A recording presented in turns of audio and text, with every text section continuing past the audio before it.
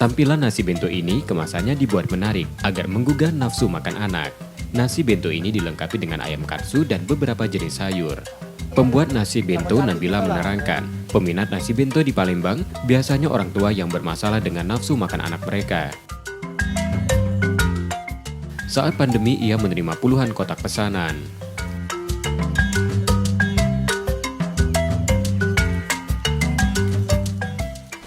Jadi bento ini adalah salah satu makanan Jepang. Nah, makanan ini memiliki karakteristik yang disenangi oleh anak-anak karena memiliki gambar yaitu Hello Kitty, mobil-mobilan, dan aneka jenis lainnya.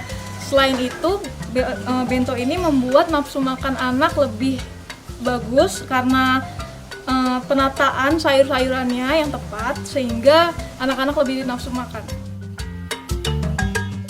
Untuk orang tua bisa mencoba membuatnya di rumah karena prosesnya cukup mudah. Siapkan bahan seperti daging ayam, tepung serbaguna, telur, garam, lada bubuk, bawang putih bubuk, kunyit, santan, dan tepung panir.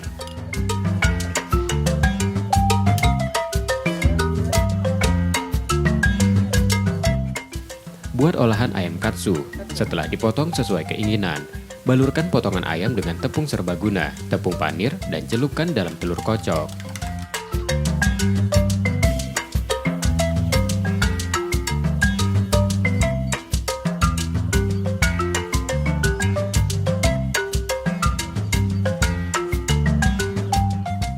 Dinginkan 15 menit di lemari es, lalu goreng.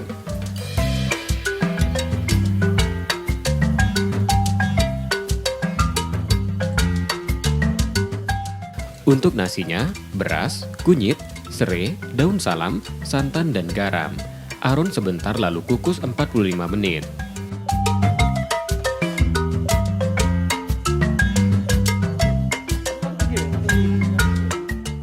Penyajiannya, nasi lebih dulu dibentuk dengan cetakan agar terlihat menarik. Tambahkan sayuran dan potongan telur. Selanjutnya masukkan ayam katsu dan sedikit saus tomat.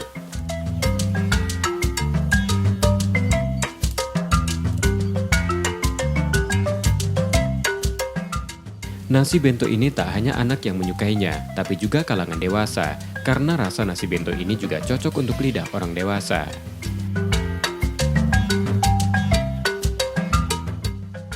Jadi nasi bento yang berasal dari Jepang, tapi dengan kondimennya itu ada chicken katsu seperti itu. Rasanya enak sih, tadi udah dicobain.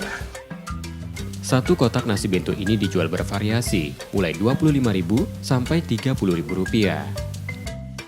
Nur Muhammad, Kompas TV, Palembang, Sumatera Selatan.